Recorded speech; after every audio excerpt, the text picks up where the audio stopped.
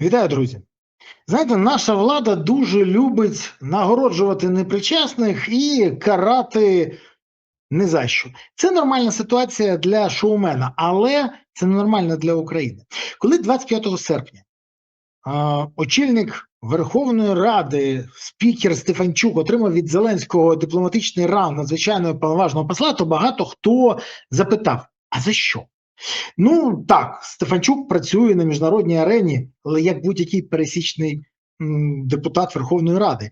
Досягнень не маю, результатів не маю. І немає якихось чогось такого, за що би міг отримати. Ну, наприклад, коли в минулому скликанні очільник і голова української делегації в ПАРЄ Володимир Ар'єв отримував, то ми розуміли за що. Ну, він був людиною, яка протягнула потрібні рішення.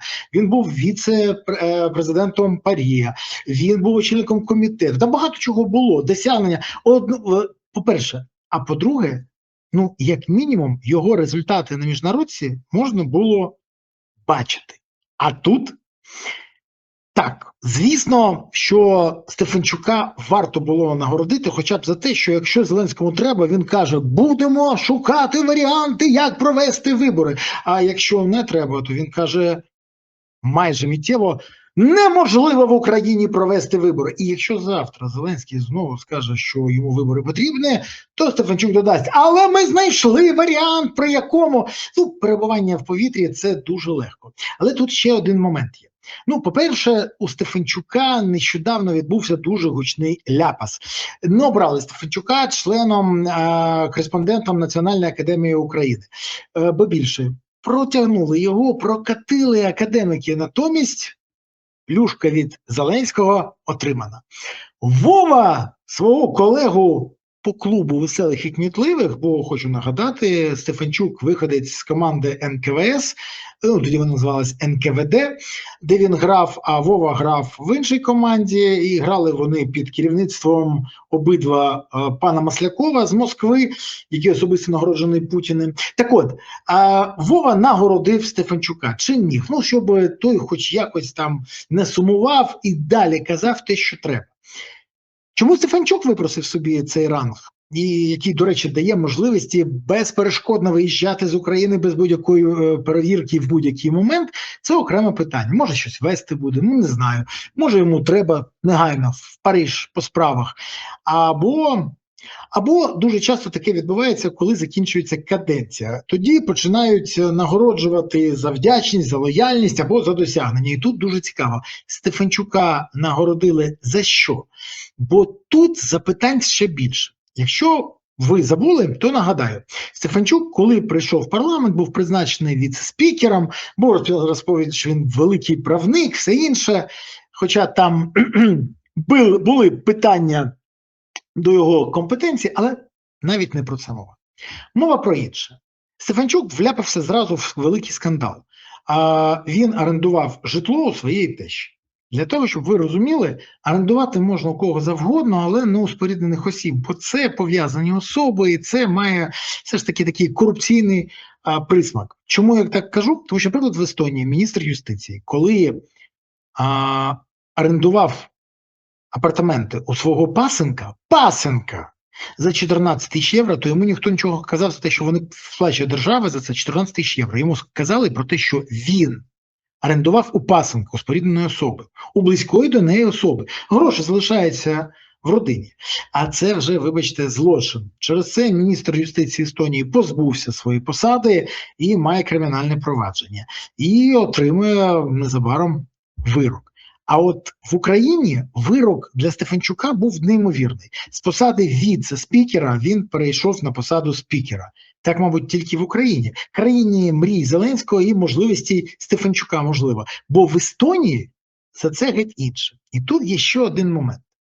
Донька Стефанчука працює, пані Злата, з третім секретарем в відділу аналізу і моніторингу реалізації застосованих санкцій та їх ефективності, управління санкційної політики в нашому Міністерстві закордонних справ. Так, дуже талановита донька. Ну ми зразу розуміємо, що в таких сім'ях чомусь всі талановиті доньки. У Лізи Богуцької донька працювала в якійсь там агенції, а як тільки Ліза стала Ну, так і у доньки все склалося. І так майже у всіх зелених. Дивна ситуація. Про них ще колись, про таких, Ганна Герман казала: талановиті сім'ї. Що ви хочете? У Януковича талановиті сім'ї, у інших всі талановиті. І це ж не перший випадок. Але питання в тому, що пані Злата, те, що вона там працює, це її окрема історія, я тут не втручаюсь. Мені добрі люди з Міністерства закордонних справ розповідають, що її кожен ранок привозить на роботу джип з охороною, а кожен вечір забирає цей джип з охороною. І це нормально, якщо це її охорона, і вона за неї сплачує. Але ні. Це охорона спікера Верховної Ради. Охоронці її батька. І тут стає запитання, а як таке може бути? Така поважна особа, що її забирає охорона спікера Верховної Ради?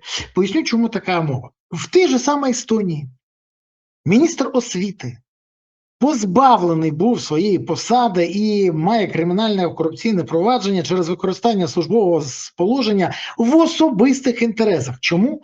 Тому що вона двічі відвезла свою дитину до школи. Двічі, вибачте, не дитину, а дітей. Двічі. І це стало причиною, бо це для естонців неймовірно, зухвала просто така позиція, корупційна позиція посадовця. Не може вона на своїй автівці. А тут не тільки автівка, а ще й державні охоронці. А як так сталося? Дуже хотілося б дізнатися про це. Це окрема історія.